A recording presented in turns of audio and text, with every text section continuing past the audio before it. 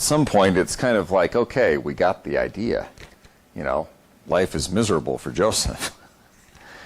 You read the biblical account, and it seems so quick.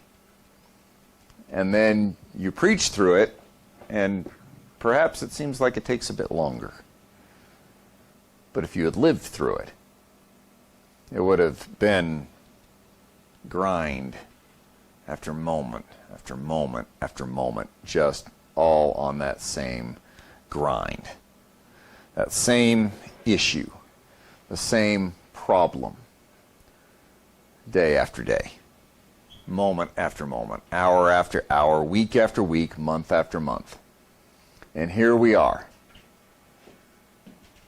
going to sleep another night in the pit, another night in jail, another night after having performed someone else's job for them all day long.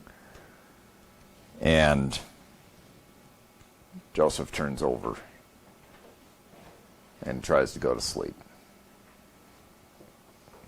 Meanwhile, unbeknownst to him, across town, someone is dreaming. Someone powerful. Someone whose power and privilege far outweighs anything Joseph has ever experienced. And that someone is tossing and turning. And they woke up with a sudden start, lay there for a minute, went back to sleep, and dreamed again, and woke up and could not sleep. Of course, when the privileged cannot sleep, neither can others. Just ask anyone with a small child. When the privileged cannot sleep, others are awakened. And that's the way it goes, right? Pharaoh could not sleep, and so the entire court was awakened. The chief cupbearer was summoned. The king might want something. And he waited on Pharaoh. And as he waited, he listened to Pharaoh summon every single wise man he had. His interpreters of dreams, his astrologers, his wise men, his philosophers, everybody in the court who might have something that they could contribute. And they stood before him, and he described his dreams. And he said, I have had the most weird, horrendous dream, and I need to know what it means. It just won't leave me. He said, I was standing on the edge of the Nile, and every single one of these guys understood that. They understood what the Nile looked like. They lived on the edge of the Nile, and they lived by the Nile. Every time the Nile flooded, it brought fertile soil, it brought the goods downriver and flooded the plains where they could plant, where their plants would grow, and they depended on that river. So when they hear Pharaoh describe that they stood on the green banks of the river, they understood exactly what he was talking about. We got that. But assigning a meaning to it, they couldn't figure out. And then he said, I saw 7 healthy cows come up out of the river, and they were grazing. Kind of odd that they came out of the water, but we got that. Chief cupbearer stood by his king's side and listened to him tell his wise men, and they were grazing, and they were nice and fat and sleek. And then 7 of the weirdest, gauntest, skinniest cows I've ever seen came out of the river, and this is the disturbing part, ate the other 7. And the second dream was kind of like the first one. Pharaoh continued. 7 years of corn. Or in this case, it wouldn't be corn because that's a New World product, but it was barley. He said 7 years of grain grew up and were fertile. And then I saw 7 withered ones grow on the plant. And then those withered ones moved, and they torqued, and they grabbed the healthy ones and ate them. swallowed them up, but did not themselves become healthy. Now tell me what it means. You've got to imagine the look on the face of the cupbearer as he looked at the faces of the wisest, most influential people he knew and saw this blank expression. They couldn't even think up a good lie. They had one thing to report back to Pharaoh, and they knew that with this Pharaoh you didn't want to try to come up with a bad story anyway. He was not known for being gracious, as the cupbearer could attest. And he said, What you got? Their answer, Pharaoh, Your Majesty, we have no idea what that means. We can't interpret that. And Pharaoh looked around. What use are you people? In this whole kingdom, I don't have anyone that can interpret this dream. Meanwhile, across town, the day was getting going in the prison. Joseph was doing his routine. And in the back of the mind of this cupbearer, something clicked. 2 years ago.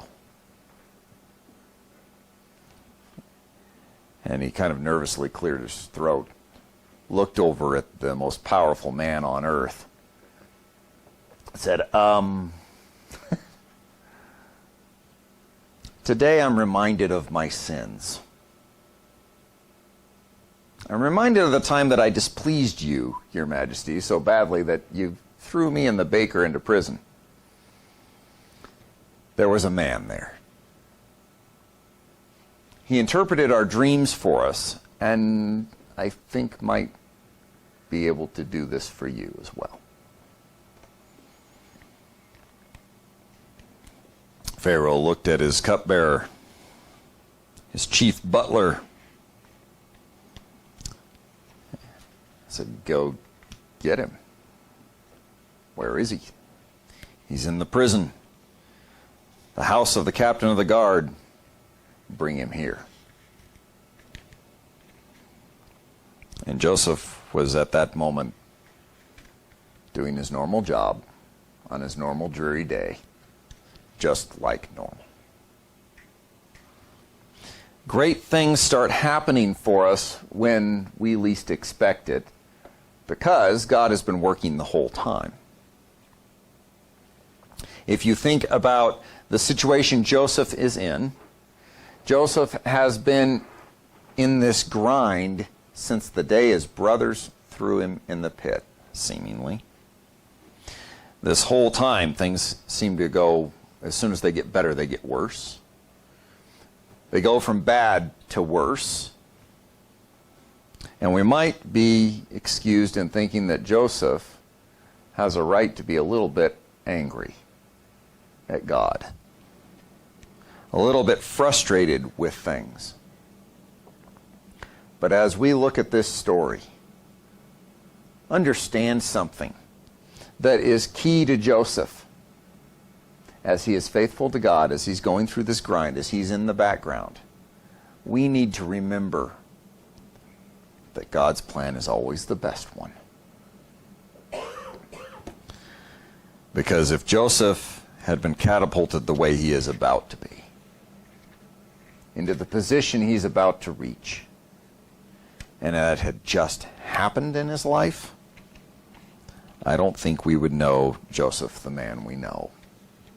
I think we would have had one more spoiled ruler written about in the Bible, if written about at all. And here we are in Genesis 41.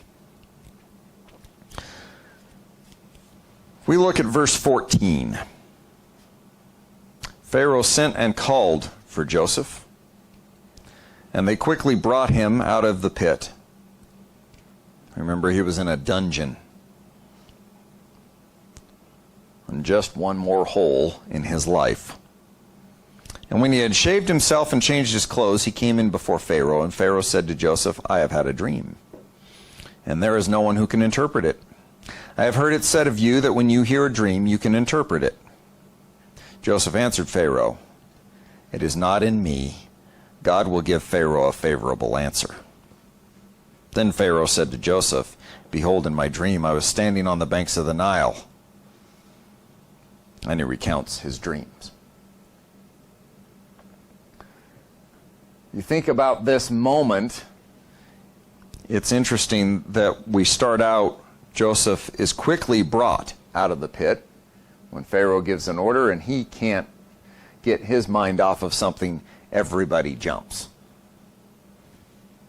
Remember, this is the Pharaoh who sentenced the baker to death and put the cupbearer back in his place. This is a Pharaoh who acts on whims. This is a king who does not like to be held up. He does not like, as the commercial used to say, he hates to wait. Remember the old commercial with the guy's steam coming out of his ears and he's always complaining that he hates to wait? You don't want steam coming out of this guy's ears. And here he is. You'll notice that they grab him quickly, and yet Joseph still understands who he's going to be standing in front of. They understand who he's going to be standing in front of. They clean him up, they give him a new robe, and he shaves himself. He had to be looking pretty scraggly at this point in his life, and he understands that the Egyptians are always clean shaven. It's an offense to them to not be, and understanding who he's going to be in front of. Joseph takes a moment and shaves. He stands before Pharaoh, and Pharaoh says, I've heard that you can interpret dreams. And you'll notice Joseph, what is the pattern of his life? He says, not me, but God will give you the answer. The words for favorable answer basically mean he's going to give you the answer that you want, the answer that you need. It's not that this is going to be the greatest dream you've ever had. It's that God will give you what you need here. God is the one who will do it. And he gives the glory to God. Over and over again, we've seen in this man of God that the first thing he does is not a false humility. It's giving glory to God. It's giving God his due position. Do we do that in life? Pharaoh repeats his dreams and then says this in verse 24. And I told it to the magicians, but there was no one who could explain it to me. I'm pretty sure even Pharaoh was surprised that the magicians couldn't even come up with a good fake explanation. God was working while Joseph was in the pit. God has been working all along, putting in the best plan, putting things in place for this moment. And for a few of the moments to come, as God has been planning this, as God has put this in place. And Joseph remembered, God is the one who puts it in place. The hardest time to remember that God is God. The hardest place to reconcile that, as it says in Isaiah 55, his ways are not our ways. His thoughts are not our thoughts. Are really in two places. One, when we're being betrayed by someone else and we don't understand how God could allow this to happen. And what's the inference of that statement? How could God allow this to happen? In other words, how could God do something that's not in my plan because it seems wrong to my plan? It's in that betrayal, and it's in the moment that we see God bless us extremely. It's in God's deliverance, because his deliverance so often takes a different form than we think it ought to as well. Joseph's plan earlier was tell the cupbearer my woes, And his expectation was maybe that the cupbearer would be instrumental in his deliverance. Well, the cupbearer is, but not because he remembered Joseph 1 month after getting back into Pharaoh's good graces. It's been 2 full years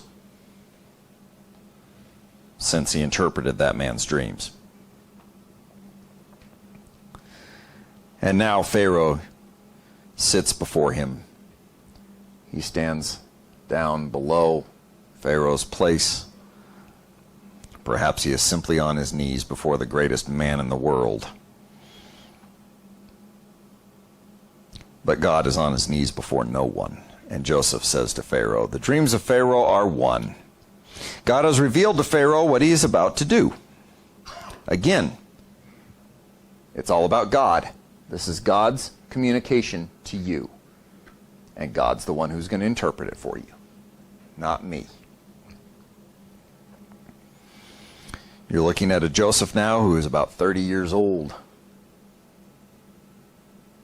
He's been through the ringer for about half of his life.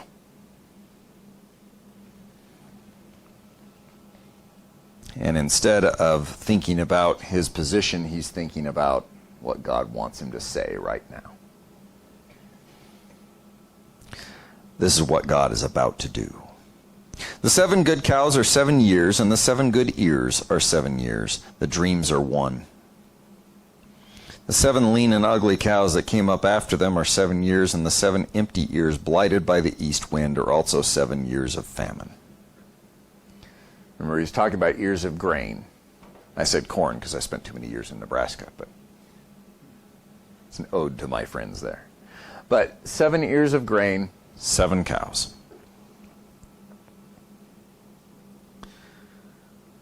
So this is how it goes. The 7 lean and ugly cows that came up after them are 7 years, and the 7 empty ears blighted by the east wind are also 7 years of famine. It is as I told Pharaoh. God has shown to Pharaoh what he is about to do. There will come 7 years of great plenty throughout all the land of Egypt. You're going to have 7 of the best years you've ever had in your life in terms of seeing the harvest, the overflow of the river, it providing life. And if you think about the symbolism of this, even the magicians should have been able to come up with the fact that the Nile represents Egypt. There's particular significance later on in the Exodus when God turns the Nile to blood. Because the Nile is Egypt. It is the life of Egypt. It was the power of Egypt. It was the glory of Egypt. And he says, you're going to have 7 years of plenty in this land. That river is going to provide 7 years of great life, but after them there will arise 7 years of famine, and all the plenty will be forgotten in the land of Egypt. The famine will consume the land, and the plenty will be unknown in the land by reason of the famine that will follow, for it will be very severe. And the doubling of Pharaoh's dream means that the thing is fixed by God, and God will shortly bring it about. There's no debate. There's no go sacrifice to your gods and beg them to stop this. You'll notice that when God acts in Egypt, he acts. There is no, it is unilateral. There is no counsel, there's no question, there's no competition. In Exodus, when the Israelites leave Egypt, you will find that every single one of our 10 plagues, you know, it's so funny, we were watching a movie the other day, and they love to bring the 10 plagues of Egypt into it. They like to use the 10 plagues as some kind of curse thing that is just, you know, some scary part of the mummy. But here's the deal. Every single one of those plagues was the province of an Egyptian god.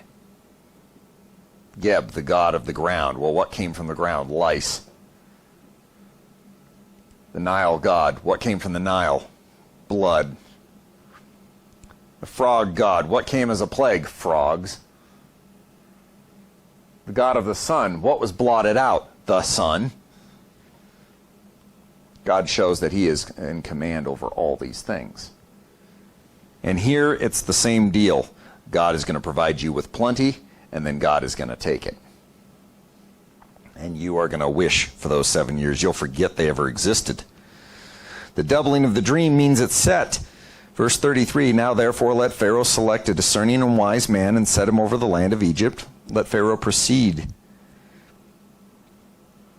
to appoint overseers over the land, and take 1/5 of the produce of the land of Egypt during the 7 plentiful years.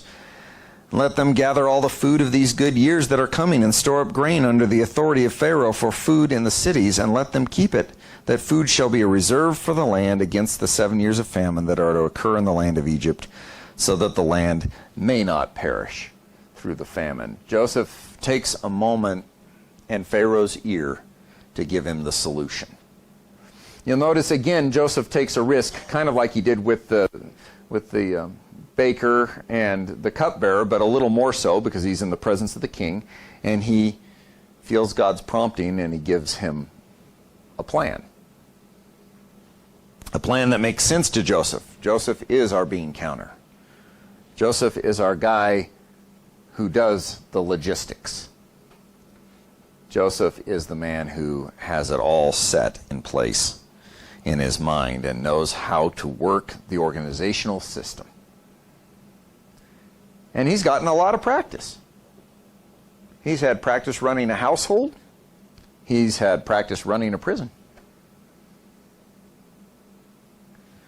You think about whether or not he would have had that same practice if he'd been simply herding sheep. If he had simply been the pampered son. But God taught him who he was. And then God guided him through what he went through for this moment. Go back to our cupbearer. He's watching this all unfold before the throne. He sees this whole conversation happening. Maybe at first when Joseph started to speak, he could almost feel his star rising because he's the one that suggested this guy. Feels a certain sense of relief from his conscience because he finally mentioned Joseph to the king.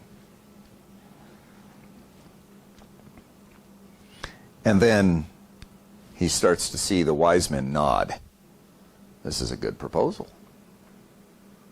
He sees the king lean forward as he listens to Joseph describe his dreams and begins to nod. Verse 37, this proposal pleased Pharaoh and all his servants, and Pharaoh said to his servants, can we find a man like this, in whom is the Spirit of God? Now, remember, the Egyptians worshipped a plethora of gods. Pharaoh is not necessarily being converted here, but he's certainly willing to listen to one more god, especially when this God is doing what the other gods never have. Given him a dream and provided an interpreter for the dream. He can see that it's the real thing. Then Pharaoh said to Joseph, as he looks around and sees his men agreeing with him, he knows that he has that wonderful word that I so despise, consensus. There's no disagreements in this crowd. He looks at Joseph and says, since God has shown you all this, there is none so discerning and wise as you are. You shall be over my house, and all my people shall order themselves as you command. Pharaoh is a man of snap decisions, and he's made his decision. Again, you think of the cupbearer. He expects Joseph to be a little bit ascendant, to receive some reward, maybe himself, but this moment probably took him by shock. Say what again? I don't know where Potiphar was at this point in time, but if he was still the captain of the king's guard, can you imagine him standing in these courts? And he hears this command. My people shall order themselves as you command. What a moment. Very rarely do we see people changed class in this day and time. But to go from the pit to the podium, so to speak, in a matter of hours. Only God could accomplish this. Only as regards the throne, he says in verse 40, will I be greater than you. And Pharaoh said to Joseph, see, I have set you over the land of Egypt. Pharaoh took his signet from his hand and put it on Joseph's hand, and clothed him in garments of fine linen, and put a gold chain about his neck, and he made him ride in his second chariot. And they called out before him, bow the knee. That must have pleased Mrs. Potiphar something wonderful. Can you imagine that shopping trip? When suddenly the litter came to a screeching halt and she was dropped to the ground as the call came, bow the knee, and she looked out to see, riding in a chariot past her, with his sun-bronzed arms, glittering with gold decoration, the slave that she framed. He is ascendant. What a moment. But his life has been building towards this, and don't forget this. Moreover, Pharaoh said to Joseph, I am Pharaoh. Don't you forget it, buddy. And without your consent, no one shall lift a hand or foot in all the land of Egypt. And Pharaoh called Joseph's name Zaphenath-Paneah. And he gave him in marriage Asenath, the daughter of Potiphar, priest of On. The word nath, basically, you're talking about belongs to God, is kind of the translation of that. Suddenly, Joseph is not only powerful, but he's married. Hello. Isn't that wonderful? He basically gives him a marriage of power and political clout within the nation. He renames him. And so Joseph went out over the land of Egypt. I want you to notice something. He begins collecting grain. He begins collecting it in great abundance, building granaries to hold it all. He is a logistical genius who God has given a plan. And he runs with that plan, and he's working hard. But in verse 50, notice something. After all these years of suffering, before the year of famine came, 2 sons were born to Joseph. Asenath, the daughter of Potiphar, priest of On, bore them to him. Joseph called the name of the firstborn Manasseh, for he said, God has made me forget all my hardship and all my father's house. The name of the second he called Ephraim, for God has made me fruitful in the land of my affliction. Ephraim basically means fruitful. Manasseh means to forget, essentially. Let me forget the hard times, because God has brought me good times. Let me be fruitful, because where I was afflicted, I have been fruitful. And the years of plenty come to an end. But look at verse 57. We skip over just a little bit. Joseph is selling to the Egyptians. He's selling to the world around. All the earth came to Egypt to buy grain from Joseph because the famine was severe over all the earth. Famine is severe. The people lack. And Pharaoh is not only secure, he's making money. Because he's put God's man in the place that God had designed for him. What a moment. What a place and time. But don't forget what led up to it.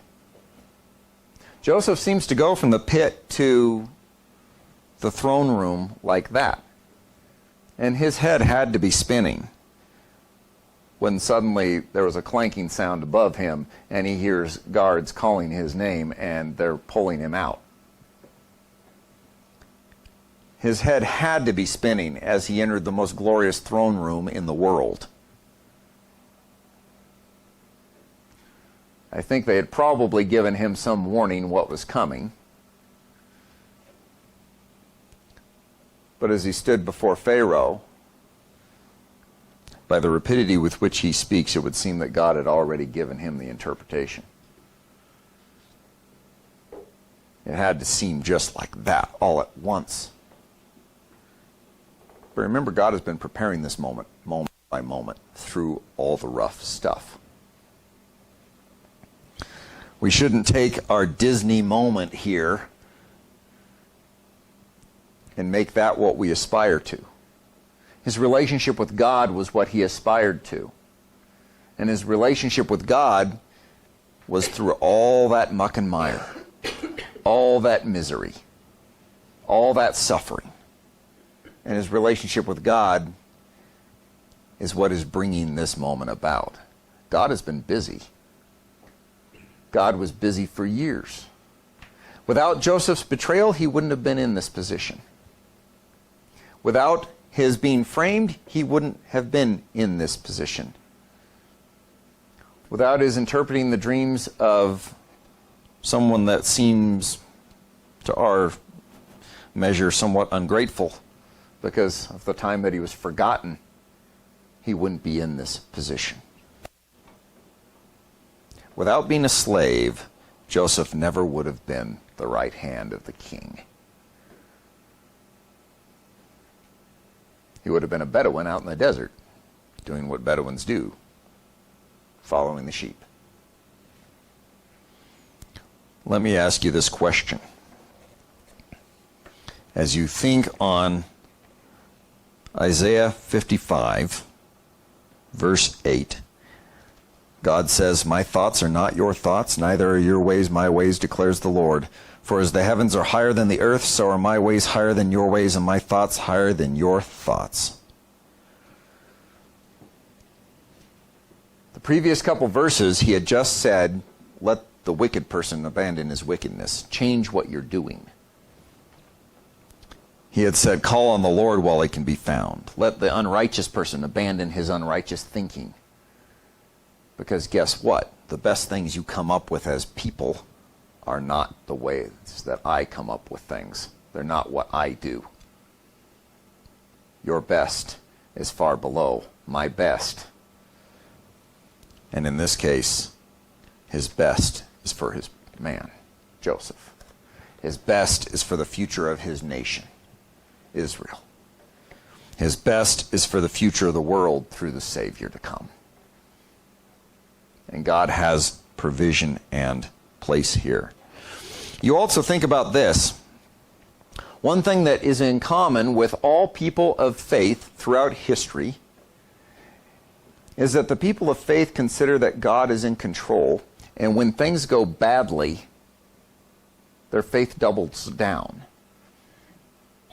They have their moments of doubt, but they have a pattern that says, I'm God's to do with what he wants, which is a scary thing to say. Can God really do what he wants with you and you still trust him? Do I trust him in slavery? Do I trust him in misery? Do I trust him when I'm persecuted? Do I trust him when I'm poor? And you'll notice that all those people who trust him, he uses. He uses Joseph. Joseph's many years of misery are used to do something greater.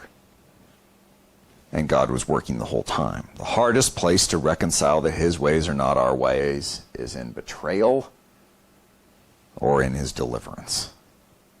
Because he will not deliver the way we think he will most of the time. And people will betray us, and God will use that betrayal. And we'll see that moment later on as Joseph is introduced once again to his brothers. And it's a whole different relationship this time. But he was prepared for that moment through all of this that went on. I want to encourage you. God's ways are not your ways, but if you align with him, if you align with his ways, if you align with his thoughts, he will do amazing things. And not in the timing we think, not in the way we think, but you'll never go wrong trusting him. Let's have a word of prayer.